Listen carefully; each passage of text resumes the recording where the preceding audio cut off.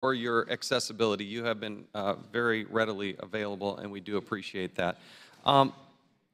This investigation started because the Inspector General found classified information in a non-secure setting, and the FBI went to a law firm and found this information. They seized at least one computer and at least one thumb drive. Did you need an immunity agreement to get those?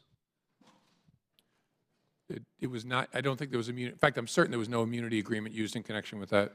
So did it really take the FBI a full year to figure out that Cheryl Mills and Heather Samuelson also had computers with classified information on?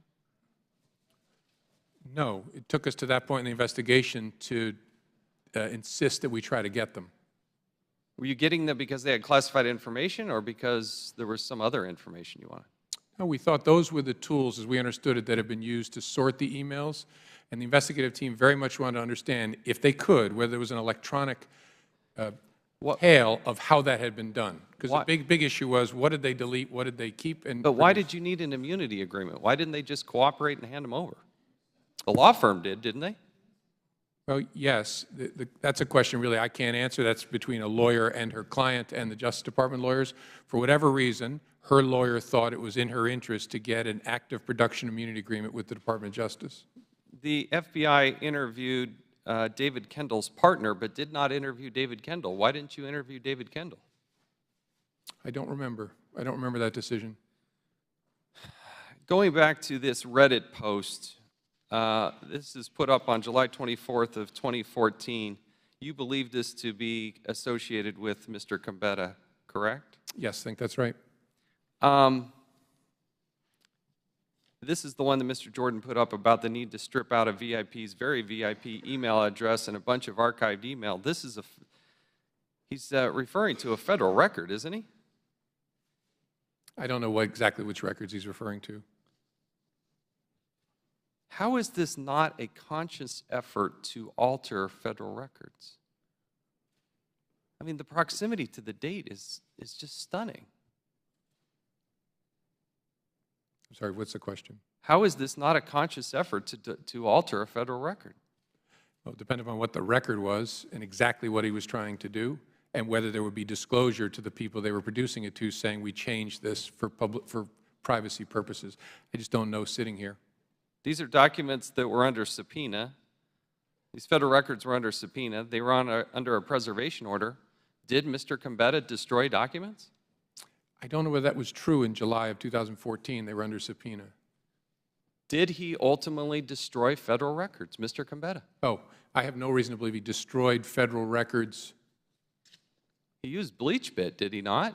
Yeah, the question is what was already produced before he used the bleach bit. He definitely, the reason he wanted immunity was he had done the bleach bit business after there was publicity about the demand from Congress for the records. That's a potential. And not just publicity, there was a subpoena. Right, that's potential. And there was communication from Cheryl Mills that there was a preservation order, correct? Yes. And he did indeed use bleach bit on these records. Sure. That's why the guy wouldn't talk to us without immunity. And so when you got immunity, what did you learn? We learned that no one had directed him to do that, that he had done it. You really think that he just did this by himself? I think his account, again, I never affirmatively believe anybody except my wife, but the question is, do I have evidence to disbelieve him? And I don't. His account is credible, that he was told to do it in 2014, screwed up and didn't do it, panicked when he realized he hadn't, and then raced back in and did it after Congress asked for the records and the New York Times wrote about them. That was his SHIT moment. And that was credible.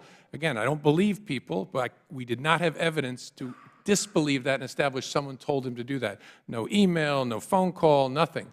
The hope was, if he had been told to do that, that would be a great piece of evidence. If we give him immunity, maybe he'll tell us, so-and-so told me to, so-and-so asked me to, and then we're working up the chain.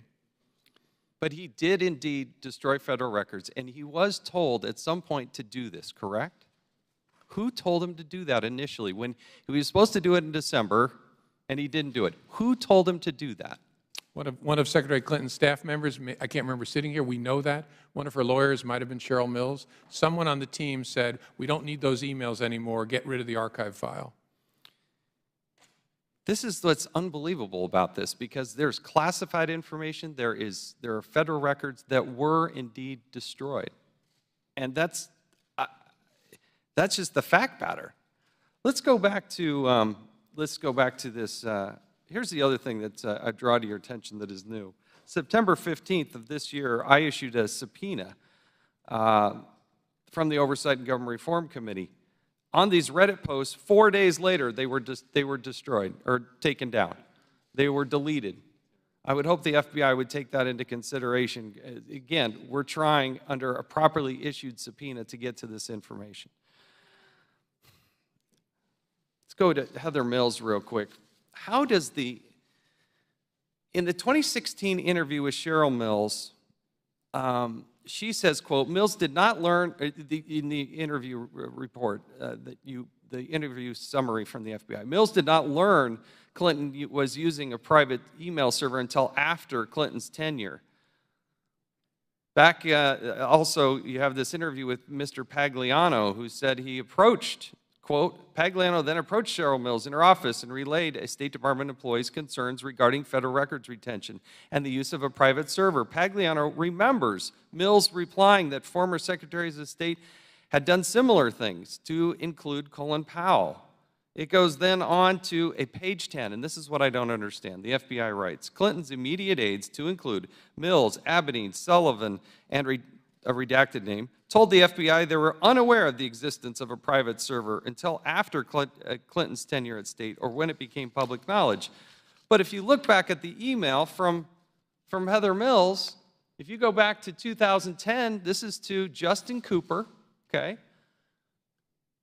Mills to Cooper, who does not, he works for Clinton's. He doesn't work for the State Department. FYI, HRC email coming back. Is server okay? Cooper writes back, you are funny. We're on the same server. She knew there was a server. When there was a problem with Hillary Rodham Clinton's emails, what did they do? She called the person who has no background in this, who's not a State Department employee, no security clearance, and then tells the FBI, well, I never knew about that. But there's direct evidence that contradicts this. How do you come to that conclusion and write that in the summary statement that she had no knowledge of this? That's a question? The Yes. time of the gentleman has expired, but the director will answer the question. I don't remember exactly sitting here. Having done many investigations myself, there's always conflicting recollections of facts, some of which are central, some of which are peripheral. I don't remember sitting here about that one.